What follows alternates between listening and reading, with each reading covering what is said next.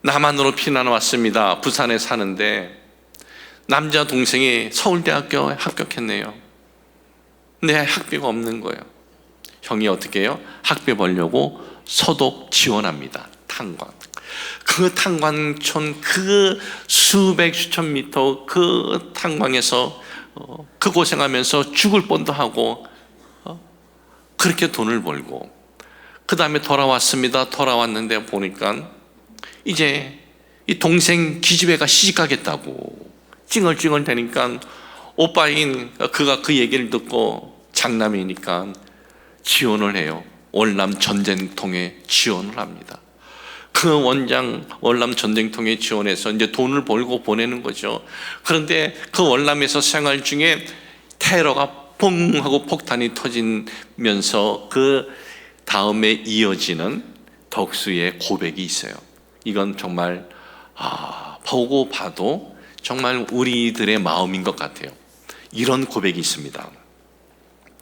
힘든 세월에 태어나가 이 힘든 세상 풍파를 우리 자식이 아니라 우리가 겪은 게 참 다행이라고 그 망할 놈의 6.25 사변 우리 아들, 딸이 겪었다면 소독 탄광, 지옥 같은 작업장 우리 아들, 딸들이 있었다면 월남 전쟁통에 우리 아들, 딸들이 돈 벌러 왔었다면 그래도 우리 자식들이 아니라 우리가 겪은 게 얼마나 다행이냐. 우리 부모님 세대도 저 전쟁과 굶주림의 비극을 겪지 않으셨다면 더 좋았을 것이지만은 그러나 여러분 우리가 잊지 말아야 될 것은 이것입니다. 우리 자녀들이 겪지 않은 이것 하나만이라도 우리는 얼마나 고맙고 감사하냐 이거예요. 요즘 경제가 힘들다 그럽니다. 그래서 나라에서 어떤 이렇게 정책을 펴기도 하는데 저는 개인적으로 그 어떤 정책보다도 우리 아들, 딸들, 우리 손주들을 위한 정책이 펼쳐지기를 저는 개인적으로 소망을 합니다. 지금 당장에 무엇을 지어지는 것보다 우리 부모들은 지금 힘든 거 참을 수 있습니다. 왜? 우리 자녀들에게만 희망이 된다면 그 어떤 어려움도 우리는 참을 수가 있습니다. 지금 경제적으로 형편이 좀 어렵더라도 우리 부모님 세대들은 그 어려움을 이겨내신 거예요. 그리고 부모님 세대들이 그 어려운 것을 이겨냈기 때문에 오늘 우리가 있는 거예요. 우리는 우리 부모님들에게 그 어려운 세대를 이긴 것 하나만이라도 우리는 정말 고마워하고 감사해야 된다는 거예요. 우리는 살면서 내 뜻대로 되지 않았을 때 그런 어려움도 극복을 했는데 나도 이 어려움 극복할 수 있다라는 고백이 있어야 되는 거예요. 그리고 무엇보다 오늘 이 민족이 이렇게 세계 속에서 빛을 발할 수 있는 것은 애국가의 가사에도 있듯이 하나님이 보호하사 우리나라 만세인 거예요. 우리가 만세된 것은 우리가 똑똑해서가 아니에요. 하나님이 보호하사 우리나라가 만세가 된 것이 우리의 힘으로 우리의 재주로 우리의 능력이 아니다라는 거예요. 그러면 오늘 경제가 어려울 때 우리는 경제 부흥을 외쳐야 됩니까? 먼저 아닙니다. 하나님과의 우리와의 은혜의 부흥의 시간이 일어나야 되는 거예요. 오늘 그 무엇보다도 여러분의 가정에 여러분 개인에 또한 이 민족을 위해서 하나님과의 그 뜨거운 열정인 은혜의 관계가 다시 회복되시기를 주님의 이름으로 축복을 합니다. 하나님 아버지, 저희들 오늘 주신 말씀을 통해서 기억하게 하여 주옵소서. 이 민족 75년 전 가장 못 사는 나라였는데도 포기하지 않고 희망을 버리지 않았던 그것을 기억하고 오늘을 살아갈 때 아무리 어려운 일이 있어도 그 어려움도 이겼던 것을 기억하고 오늘 우리의 어려움 앞에서 우리가 포기하지 않도록 하여 주옵소서. 이 민족이 이렇게 세계 속에 빛을 발할 수 있었던 것은 하나님이 보호해 주셨기 때문입니다. 오늘 우리는 경제 흥하는 것, 우리의 형편이 흥하는 것보다 영적으로 흥하는 것을 먼저 사모하게 하여 주옵소서. 예수님의 이름으로 기도합니다. 아멘.